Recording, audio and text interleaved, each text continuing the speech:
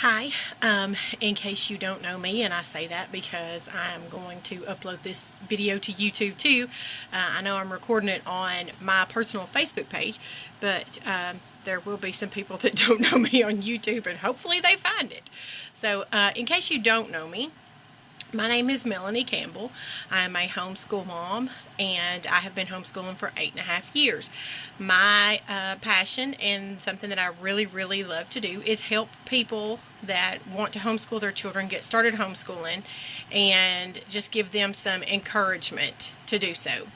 I started doing these Homeschool Q&A Fridays to try to answer some questions that you may have. I have a blog at educatingcampbells.com. Some of these questions are answered there. Some other topics are discussed there about schedules and curriculum and things of that nature. So if you would like to take a look at those, you're more than welcome to. That website again is educatingcampbells.com. And Campbell's is spelled like the soup, Campbells. So I've got 3 questions today that we'll go over. The first one, I have to make some notes here, y'all, because my memory is not what it used to be. When should I start homeschooling? Question number 2 is, do you have to teach certain subjects? And if y'all see me swatting over here, there's a cat that is trying to get in on the action here. Question number 2, do you have to teach certain subjects? And question number 3, if my child graduates from homeschool, will he or she get a homeschool diploma or a GED or a high school diploma or GED? That first question, when should I start homeschooling? Well, when do you want to start? I started homeschooling one of mine at, kind of like a formal homeschool in preschool, and he knew quite a bit of stuff before he ever went to kindergarten, and he did go to public school kindergarten, and then we decided to pull him from that. But some people say we begin teaching our children at birth. So, I mean, you are homeschooling them anyway until you send them to public school. You're teaching them, how to eat. You're teaching them how to drink from a cup that's not a sippy cup. You're teaching them how to dress themselves and get themselves ready for the day and brush their teeth. As parents, we teach our kids. That's what we do. But state law says that kids must be enrolled in school by age 6. So you can start as early as you want, but they must be enrolled in some form of educational institution by the time they are 6 years old.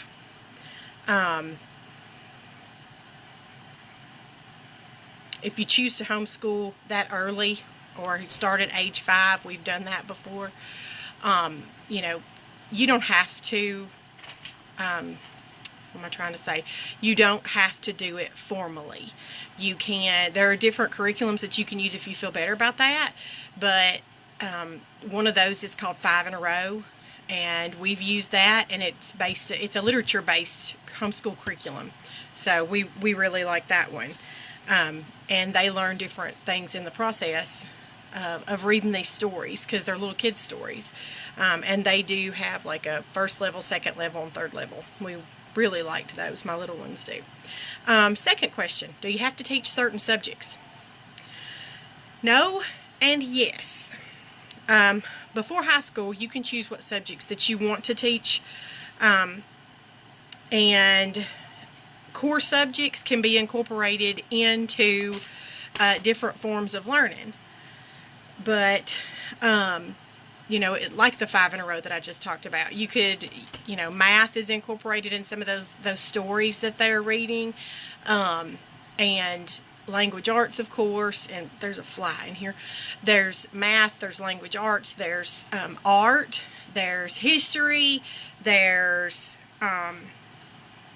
any subject, science, anything, any one of those books can be, you can get other subjects from them. You can even do that on your own with other books once you kind of feel it out and see what's going on. I mean, there's different, Make Way for Ducklings is one of the books, and we really were impressed with that one.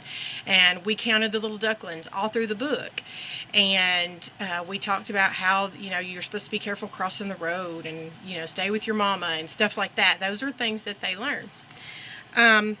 Okay, now the yes to that is high school students must complete a certain number of subjects. Just like they do in public high school, they have a certain number of credits that they have to get. So, if they have to have so many math, so many language arts, so many science, so many history, they have to have all of those. And if you don't have all those, then they will not be able to graduate. So you want to definitely make sure you get all those subjects in there, and all those credits accounted for. So yeah, that is the yes portion to that. But as far as the other subjects go before high school, and even high school electives, they can learn what they want to.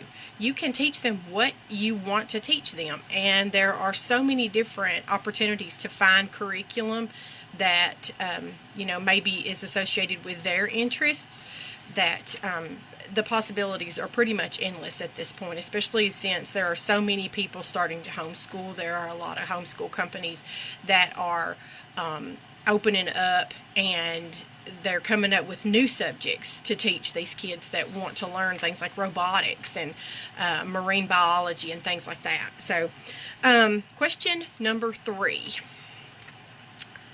If my child graduates from homeschool, will he or she get a high school diploma or a GED? Well, they get a homeschool diploma.